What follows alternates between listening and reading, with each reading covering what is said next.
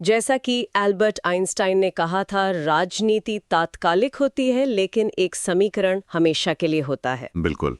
आज हम भारत चीन संबंधों के इसी कह सकते हैं जटिल समीकरण को समझने की कोशिश करेंगे।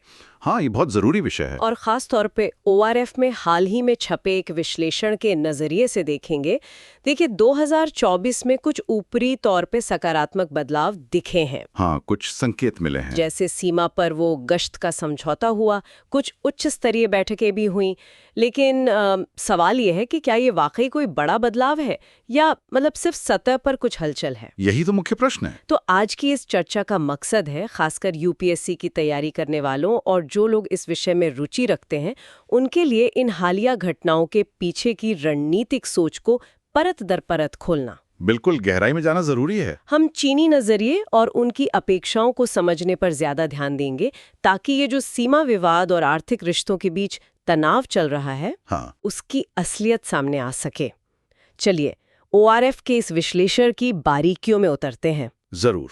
तो 2024 में हमने देखा कि भारतीय प्रधानमंत्री ने जोर दिया कि सीमा पर जो मामला अटका है उसे तत्काल सुलझाने की जरूरत है। हाँ, ये बयान काफी अहम था।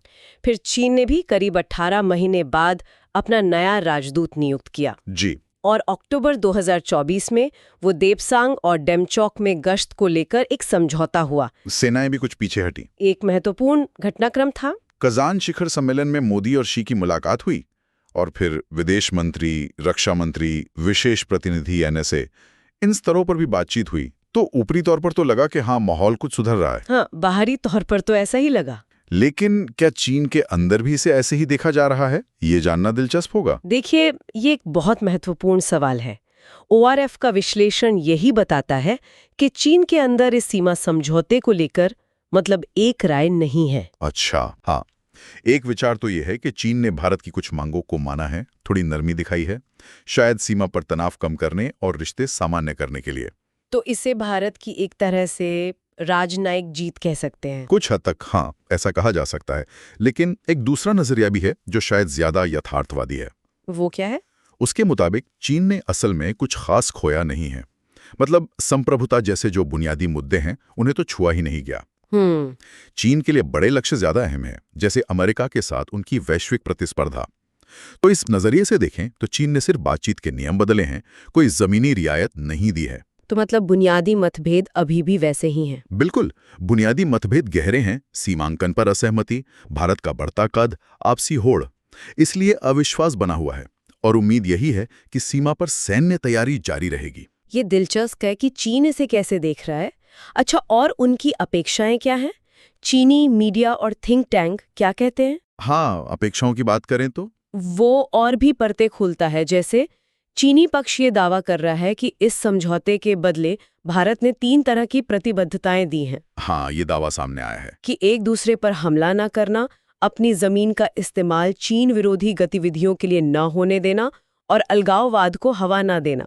हालांकि भारत के बयानों में ऐसा कुछ नहीं मिलता। सही कहा, भारतीय पक्ष ने इसकी पुष्टि नहीं की है। इसके अलावा वो 23वीं विशेष प्रतिनिधि बैठक के बाद चीन ने 6 सूत्री सहमति का भी दावा किया था। जी। उसमें से कुछ बातें तो भारत ने मानी, जैसे कैलाश मानसरोवर यात्रा फिर शुरू करना या सीमा पार व्यापार बढ़ाना। हाँ, इन पर सहमति थी। पर कुछ मुख्य बिंदु थे, जैसे सीमा विवाद को समग्र संबंधों से अलग रखना या 1988 वाली स्थिति पर लौटना। इस पर भारत राजी नहीं दिखा। बिल्कुल, ये भारत के रुख के विपरीत है। तो चीन की मुख्य चाहत क्या लगती है? शायद यही कि भारत की चीन नीति अमेरिका से प्रभावित न हो और भविष्य में सीमा पर तनाव हो तो भारत ज्यादा सख्त न हो। हाँ, बिल्कुल। और यहीं पर देखिए, आर्थिक पहलू बहुत महत्वपूर्ण हो जाता है। ओआरएफ विश्लेषण इस पर काफी जोर देता है। अच्छा, आर्थिक पहलू। जी। चीन को भारतीय बाजार की जरूरत है। उनका अपना घरेलू बाजार जरूरत से ज्यादा उत्पादन कर रहा है, मतलब ओवर कैपेसिटी है। दुनिया के कई बाजार सिकुड़ रहे हैं और अमेरिका से ट्रेड वॉर तो चल ही रहा है।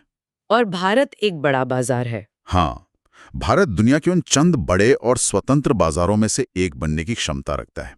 ये चीन के लिए बहुत आकर्षक है। लेकिन इसमें चीन के लिए क्या मुश्किल है? मुश्किल ये है कि भारत के बाजार में घुसने के लिए उन्हें भारत की शर्तें माननी होंगी। मतलब यहीं उत्पादन करो, यहीं के अधिकारी रखो, यहीं से सामान खरीदो। अच्छा, इससे क्या होगा? भारत का अपना मैन्युफैक्चरिंग सेक्टर मजबूत होगा, जो आगे चलकर चीन के लिए ही एक प्रतिस्पर्धी बन सकता है। तो ये चीन के लिए एक दुविधा है। हाँ बिल्कुल। इसीलिए ऐसा लगता है कि चीन सीमा विवाद का इस्तेमाल एक मोलभाव के हथियार की तरह कर रहा है। मतलब बाजार में पहुंच के बदले सीमा पर अनुकूल माहौल। हाँ, कुछ ऐसा ही। वो भारत पश्चिम औद्योगिक सहयोग पर भी कड़ी नजर रख रहे हैं, जैसे आईफोन निर्माण या व्यापार समझाते। और वो चीनी निवेश को हतोत्साहित भी कर रहे हैं। हाँ, और कुछ जरूरी चीजों के निर्यात पर भी लगाम कस रहे हैं, जैसे दोहरे उपयोग की तकनीक, सेमीकंडक्टर्स या वो सुरंग खोदने वाली मशीनें। तो मतलब मूल स्थिति में ज्यादा बदलाव नहीं आया है। चीन अब भी चाहता है कि सीमा विवाद को किनारे रखकर बाकी रिश्ते आगे बढ़ाए जाए। हाँ, और भारत लगातार कह रहा है कि जब तक सीमा पर शांति और स्थिरता नहीं होगी, तब तक संबंधों का पूरी क्षमता से इस्तेमाल नहीं हो सकता। तो ये एक तरह की बड़ी सौदेबाजी चल रही है। बिल्कुल। ORF विश्लेषण के अनुसार चीन सीमा, दक्षिण एशिया में अपने प्रभाव और निर्यात नियंत्रण, इन सब का इस्तेमाल भारत से बाजार में पहुंच पाने के लिए कर रहा है। और दूसरी तरफ भारत अपनी बढ़ती अर्थव्यवस्था और चीन पर पड़ रहे वैश्विक दबाव का इस्तेमाल सीमा मुद्दे के समाधान के लिए कर रहा है। सही कहा। तो ऊपरी बदलावों के बावजूद बुनियादी गतिरोध वो कायम है। जैसा कहा जाता है, जितना ज्यादा चीजें बदलती हैं उतनी ही वो वैसी ही रहती हैं। बिल्कुल, स्थिति जस की तस बनी हुई है गहराई में। तो संक्षेप में कहें तो आज की चर्चा का सार यही है कि हाल के कुछ सकारात्मक संकेतों के बावजूद भारत चीन संबंधों की राह में गहरे संरचनात्मक मुद्दे हैं, जटिल रणनीतिक गणनाएं हैं और तीखे आर्थिक तनाव भी बने हुए हैं। ORF का विश्लेषण इसी जटिल तस्वीर को सामने लाता है। ये तस्वीर काफी उलझी हुई है। और जाते जाते श्रोताओं के लिए एक सवाल छोड़ जाते हैं। जरूर। सवाल यह है कि जिस तरह दुनिया की भू राजनीति बदल रही है, उसमें भारत अपनी आर्थिक जरूरतों और रणनीतिक मजबूरियों के बीच इस मुश्किल रिश्ते को कैसे संतुलित कर पाएगा? ये आने वाले समय की एक बहुत बड़ी चुनौती होगी। बिल्कुल। इस महत्वपूर्ण विषय पर हमारे साथ इतनी गहराई से जुड़ने के लिए धन्यवाद। अगर आपको ये विश्लेषण खासकर UPSC परीक्षा या सामान्य जानकारी के लिहाज से उपयोगी लगा तो इसे लाइक करें, सब्सक्राइब करें। हाँ जरूर। और अगर आपके मन में कोई और सवाल है या आप किसी और पहलू पर चर्चा चाहते हैं तो नीचे कमेंट्स में हमें जरूर बताएं।